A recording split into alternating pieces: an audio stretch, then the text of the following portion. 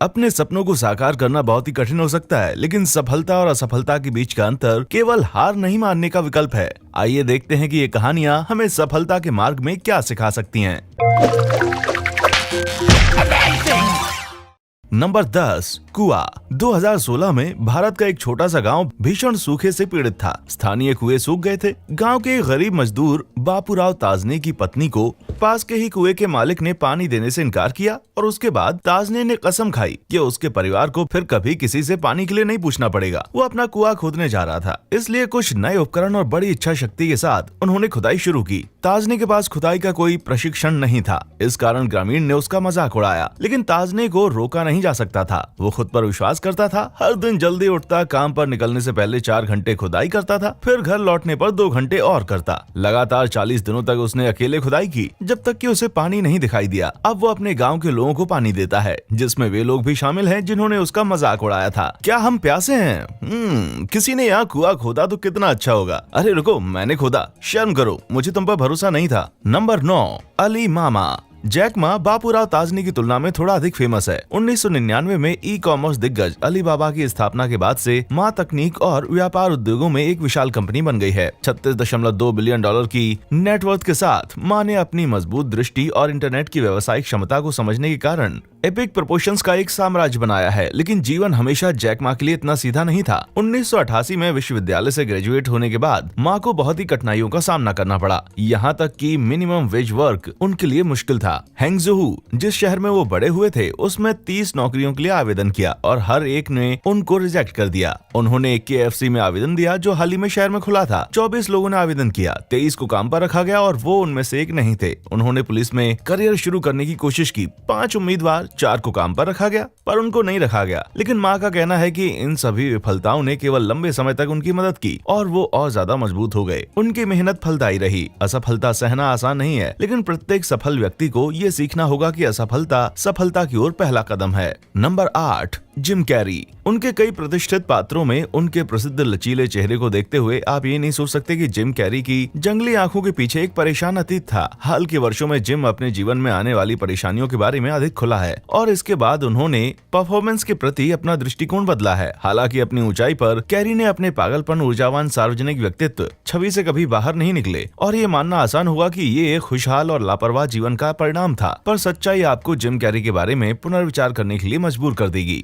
Gym का बचपन कठिन था। जब उसके पिता ने अपनी नौकरी खो दी तो परिवार पर कठिन समय आया और जिम को 10 साल की उम्र में फैक्ट्री में लंबी शिफ्ट में काम करना पड़ा। हर बार जिम ने खुद को उसी ऊर्जा के साथ पेश किया क्योंकि वो 15 साल की उम्र से अपने व्यक्तित्व को गढ़ रहे थे। 16 साल की उम्र में कॉमेडी का पीछा करने के लिए जिम ने स्कूल छोड़ दिया। सफलता की राह पर उसे परेशानी और दरिद्रता का सामना करना पड़ा। जिम के मुताबिक अपने कॉमेडी करियर को गंभीरता से लेने के लिए LA चले गए। LA चले जाने के बाद वो अमीर पड़ोसियों से मिलते और सितारों के बीच रहकर अपने भविष्य की कल्पना करते। कई वर्षों तक वो मौके के लिए संघर्ष करता रहा और रास्ते में विफलताओं की एक श्रृंखला थी। ये एक स्वयं सहायक गुरु से कुछ टिप की तरह लग सकता है, जिसने आपको कुछ $1000 से ठगा है। 80 के दशक में जिम ने 1995 के थैंक्सगिविंग के लिए खुद को $10 मिलियन का 4 साल बाद का पोस्ट डेटेड चेक लिखा था। पर समय से पहले जिम की भविष्यवाणी सच हो गई थी, क्योंकि उसे पता चला कि उसने वो राशि डम एंड डम्बर के लिए अर्जित की है। उन्होंने अपने पिता के ताबूत में चेक को दफन कर दिया। इससे पता चलता है कि आपके काम के लिए अटूट जुनून, समय, काम करने की इच्छा और निरंतरता, दृढ़ संकल्प बहुत लंबा रास्ता तय करते हैं। अब मैं यहाँ बसने जा रहा हूँ और अपनी बियर पीते हुए $1 बिलियन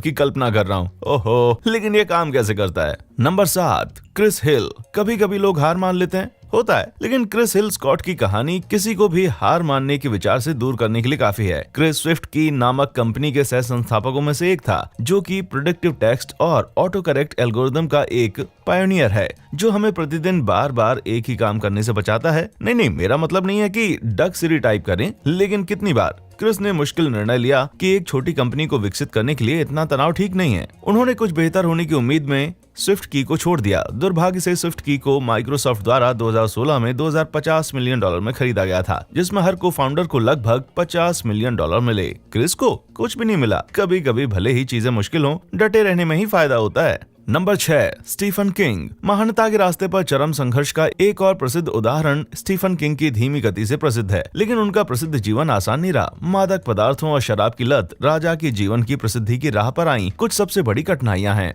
राजा का बचपन कठिन था। जब वो एक शिशु था, उसके पिता ने अपने परिवार को छोड़ दिया, अपनी माँ को उसके बच्चों को अकेले पालने के लिए छोड़ दिया, और एक बच्चे के रूप में राजा ने देखा कि उसका एक दोस्त ट्रेन से मारा गया। अपने व्यस्त जीवन में वर्षों तक राजा ने गुजारा करने के लिए एक लेखक के रूप में अथक परिश्रम किया। वो और उसकी पत्नी एक ट्रेलर में रहते थे। वे रोजमर्रा की जरूरतों को पूरा करने के लिए कई नौकरियों में काम करता था। आखिरकार उन्होंने 1973 में अपना पहला उपन्यास कैरी बेच दिया, जिसे 2 साल बाद बेहद सफल फिल्म में बदल दिया गया। कठोर और दुर्भाग्यपूर्ण जीवन जीने के बावजूद राजा की दृढ़ता ने उसे अंततः सफलता दी। मैं बस इसकी कामना करता हूँ कि कोई इतना भी अच्छा ना हो कि मैं अपने से ही डर जाऊं। क्या ये कोई जोक था? नहीं, thank you. Number 5, Ronald Wayne. जल्दी ही हार मानने का सबसे बुरा उदाहरण रोनाल्ड वेन है। 1976 में वेन ने कैलिफोर्निया में एक कंप्यूटर हार्डवेयर कंपनी स्थापित करने में मदद की। शुरू में कंपनी के बारे में आशावादी वेन जल्दी ही संभावित फाइनेंशियल लॉस के बारे में चिंतित हो गए, जो अनुमानित भी था। मात्र 12 दिनों में उन्होंने अपने 10% शेयर को $800 में बेच दिया और कंपनी छोड़ दी। कोई बात नहीं। हालांकि वेन ने कहा कि उन्हें इस पर कोई पछतावा नहीं और ये उस समय सही डिसीजन था। क्या आप उस कंपनी का नाम जानते हैं? वो कंपनी एप्पल थी। और सबसे बुरी बात की 10% हिस्सा अब अरबों का होगा। 2019 की शुरुआत में लगभग 80 बिलियन, जो उन्हें दुनिया का तीसरा सबसे अमीर व्यक्ति बनाता। एक इंटरव्यू में वेन ने कहा कि उन्हें कोई पछतावा नहीं है, लेकिन मैं ये नहीं मान सकता।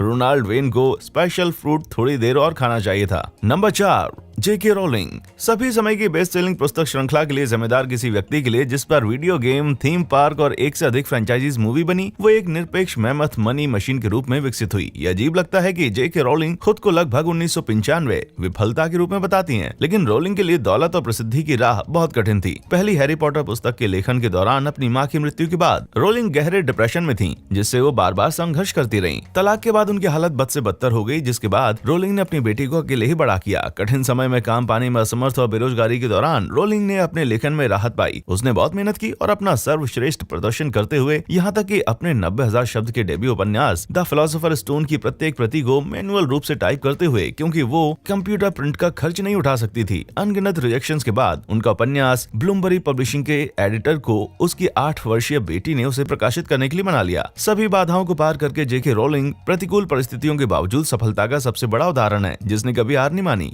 Number 3, Walt Disney. अपने आप में एक विवादास्पद व्यक्ति, वॉल्ट डिज्नी एक ऐसे व्यक्ति का शानदार उदाहरण है जो दृढ़ता से कठिनाई का सामना करके एक साम्राज्य का निर्माण कर रहा है। जब वॉल्ट ने 17 साल की उम्र में फैसला किया कि वो एक कलाकार बन जाएगा, तो उन्हें अपने परिवार से विरोध सहना पड़ा, जो चाहते थे कि वो पारिवारिक व्यवसाय में शामिल हों। लेकिन उसके मन में क्या था, ये कोई नहीं जानता था। वॉल्ट ने अपने शुरुआती दिनों में एक विज्ञापन कंपनी और अखबार में काम किया। उन्हें अखबार से निकाल दिया गया। उनके बॉस ने उनको बताया कि उनके पास कल्पना और अच्छे विचारों की कमी है, लेकिन उसने आसानी से हार नहीं मानी। वॉल्ट ने अपना स्वयं का एनिमेशन व्यवसाय लाफोग्राम स्टूडियो खोला, लेकिन जल्द ही ये दिवालिया हो गया। बाधाओं को पार करके दर्दनाक असफलताओं के बावजूद वो अपने प्रतिष्ठित पात्रों को हॉलीवुड में ले गया और आखिरकार डिज्नी अमर हो गया, जिसे हम आज जानते हैं। हालांकि वॉल्ट शायद खिचड़ी नहीं बना रहा होगा, लेकिन जिसने भी मदद करने से इनकार किया, आज उन्हें पछतावा होगा। Number 2, Oprah Winfrey. आधुनिक मनोरंजन की सबसे दुखद लेकिन दृढ़ता की सबसे अधिक छू लेने वाली दास्तां है ओपरा की। बचपन में ओपरा को अपने परिवार के सदस्यों के हाथों भयानक दुर्व्यवहार का सामना करना पड़ा। मामला बदतर हो गया जब ओपरा ने 14 साल की उम्र में बच्चे को जन्म दे दिया। दुख की बात है कि बच्चे का बचपन में ही निधन हो गया। इन हृदय विदारक घटनाओं के बावजूद ओपरा ने हार नहीं मानी और उसने खुद को साबित किया। उसने उच्च विद्यालय में ग्रेजुएशन किया, कॉलेज के लिए स्कॉलरशिप प्राप्त की और जल्दी ही 20 साल की उम्र में पहली ब्लैक महिला न्यूज रिपोर्टर बन गई। हालांकि रास्ते में और अधिक कठिनाइयों का सामना करना पड़ा, जैसे कि लिंग भेदभाव और यौन उत्पीड़न, लेकिन उसने प्रगति करना जारी रखा। उसकी कुल संपत्ति $2.6 बिलियन